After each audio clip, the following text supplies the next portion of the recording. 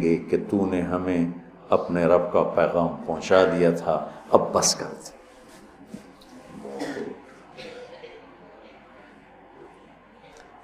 اب دیکھتے نہیں جو مریض لا علاج ہوتا ہے ڈاکٹر کہتے ہیں جب لے جائے، اس کا کوئی علاج نہیں، اس کو ہاسپٹل سے فارغ کر دیتے ہیں، گھر لے جائیں، کوئی علاج نہیں۔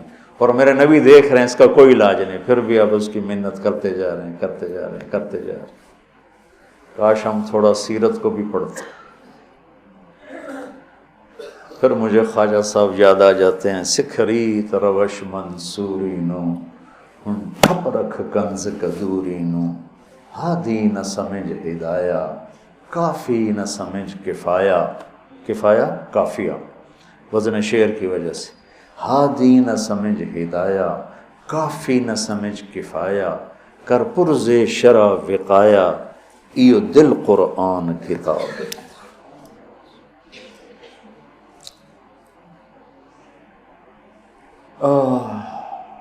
تو دوسرا کام سامعین اور آپ حاضرین کہ ہم اوروں کی نفرت سے بھی دل کو صاف کرتے ہیں۔ ہم چاہتے ہیں نا اللہ ہمیں معاف کر دے، تو ہم ہر ایک کے لیے یہی چاہیں کہ اللہ اس کو معاف کر دے۔ جس کو میرے نبی دیکھنا نہیں چاہتے تھے، حضرت حمزہ کی قاتل وحش، اللہ نے ایمان دے دی۔ اور بات لمبی ہو رہی لیکن یہ چونکہ ہمارے دل نفرتوں سے بھر چکے ہیں، اور بہت مبارک مہینہ ہے، اور المشاہین کی بخشش نہیں ہوتی پورے رمضان میں، جس کے دل میں نفرت ہو کسی کی اس کی بخشش نہیں ہوتی، اور اس کو ہم گناہ ہی نہیں سمجھتے۔ چند آدمیوں کے بارے میں آپ نے فرمایا تھا جہاں ملیں قتل کر دو، چاہے وہ بیت اللہ کے پردے کے اندر بھی۔ ان میں ایک عبداللہ بن ابی سرحہ بھی ہیں، اکرمہ بن ابی جہل بھی ہیں، واشی بھی ہے۔ تو وہ 17 تھے، 3 عورتیں 14 مرد، اس میں سے 13 کو ہدایت نصیب ہوئی، 2 قتل ہوئے اور 2 کا پتہ ہی نہ چلا بھائی۔ عبداللہ بن ابی سرح یہ حضرت عثمان کے خالہ زاد تھے، تو وہ ان کو سفارشی بنائے۔ اب وہ اندر سے طائب ہو چکے ہیں، نظام اللہ کے ہاتھ میں ہے۔ آپ تشریف لاتے ہیں، یا رسول اللہ یہ عبداللہ آیا ہے، توبہ کرتا ہے، آپ اس سے بیعت لے لیں، کلمہ پڑھا لیں۔ تو آپ اس سے سر چکائے بیٹھے رہے۔ پھر انہوں نے کہا یا رسول اللہ یہ عبداللہ آیا ہے، توبہ کرتا ہے، آپ اس کو کلمہ پڑھا لیں۔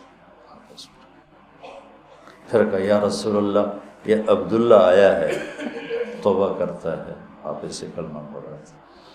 تو آپ نے اس کو کلمہ پڑھایا اور بیعت لے کر فرمایا الیس منکم رجل رشید یضرب عنقہ، تم میں کوئی سمجھدار نہیں بیٹھا تھا جو اس کی گردن اڑا دیتا؟